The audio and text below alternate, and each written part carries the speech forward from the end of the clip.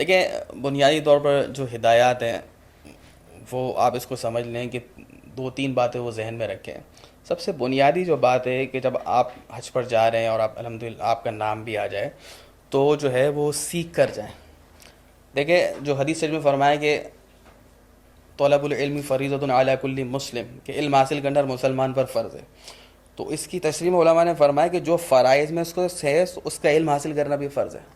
اب 5 وقت سے نماز فرض ہے تو اس کے بنیادی مسائل بھی آپ کو آنے چاہیے، تبھی تو آپ کی نماز صحیح ہوگی. اسی طریقے سے جو حضرات حج پہ جا رہے ہیں تو وہ سیکھ کے جائیں. رسول اللہ صلی اللہ علیہ وسلم حج کے دوران بار بار یہ فرما رہے تھے خذوا عنی مناسککم، کہ لوگوں مجھ سے حج کے مسائل سیکھ لو، مجھ سے حج کے احکام سیکھ لو. تو اس کی اتنی اہمیت ہے. اور دیکھیں جو پہلا حج ہے نا وہ فرض ہے، اس کے بعد آپ جتنے حج کریں گے وہ سعادت کی بات ہے، لیکن اس کا درجہ نفلی ہے. اس لیے پہلے حج کے اندر جو کمی رہ گئی وہ پھر بعد میں پوری نہیں ہوگی. یہ اس وجہ سے بڑا نازک ہے. تو جو جا رہے ہیں ان کے لیے اب سیکھنے کا کیا ہے، تو دیکھیں آپ پہلی بات ہے کہ ایسے گروپ کا جو ہے جان میں جانے کا اہتمام کریں کہ جس کے ساتھ ایک مستند عالم دین ہو، کوئی مفتی صاحب ہو جو حج کے مسائل پہ جن کی گرفت ہو. دوسرے نمبر پر آپ جانے سے پہلے 2 4 کلاسز ضرور لے لیں. اس کے اندر حج کا جو بنیادی طریقہ ہے، عمرے کا بنیادی طریقہ وہ آپ سیکھ لیں، اور کن چیزوں سے آپ کو بچنا ہے اس کو آپ سمجھ لیں. یہ بنیادی چیز ہے. باقی ظاہر سی بات ہے کہ ہر مسائل جو ہے وہ عوام کو ذہن میں یاد رکھنا بھی مشکل ہے، وہ سیکھنا بھی ضروری ہے. بنیادی آپ مسائل سیکھ لیں. اور آج کل کے دور میں الحمدللہ ایسی سہولت ہے کہ آپ حج کے دنوں میں یہ ہے کہ واٹس ایپ گروپس بھی بن جاتے ہیں، تو کسی سے آپ رابطے میں رہیں. کسی چیز میں آپ کو شک ہو رہا ہے تو وہاں پہ بھی علماء موجود ہوتے ہیں.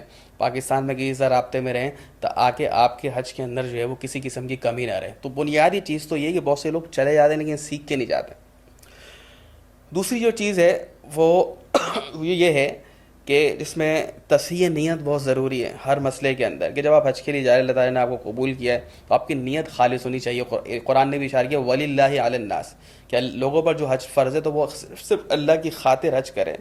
کیونکہ حج ایسی عبادت ہے کہ اس میں الحمدللہ جو حجاج کرام ہوتے ہیں وہ ان کو ایک عظیم سعادت حاصل ہوتی ہے. تو شیطان جو ہے وہ عبادت ضائع کرنے کے چکر میں ہوتا ہے، پورا زور لگاتا ہے. تو ایسی ریاکاری ہمارے اندر نہیں آنی چاہیے، اللہ تعالیٰ کا شکر ادا کرنا چاہیے. اور تیسرے درجے میں جو چیزیں ہیں اس میں قرآن کریم نے خود اشارہ کیا سورہ بقرہ میں کہ فلا رفث ولا فسوق ولا جدال فی الحج. 3 چیزیں فرمایا کہ حج کے دوران جو ہے اگر آپ کی اہلیہ ساتھ ہیں تو ایسا کوئی تعلق قائم کرنا یا اس قسم کی گفتگو کرنا یہ منع ہے. اور ولا فسوق، ہر قسم کے گناہوں سے بچنا ضروری ہے. اور جو بنیادی چیز ہے ولا جدال ہے، فرمایا کہ حج کے دوران جھگڑا نہیں ہے.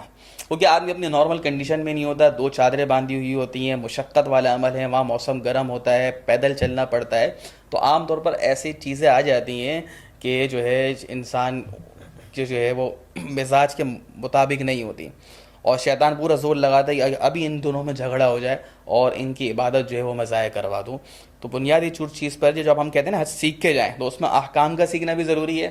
اچھا آج کے دور میں ایک بات یہ ہے کہ جب آپ عمرے کے لیے بھی جا رہے ہیں خصوصاً، کیونکہ اب دیکھیں چلنا زیادہ پڑتا ہے، اور خصوصاً جو 30 سے اوپر جا رہے ہیں تو وہ یہ کہ واک کریں.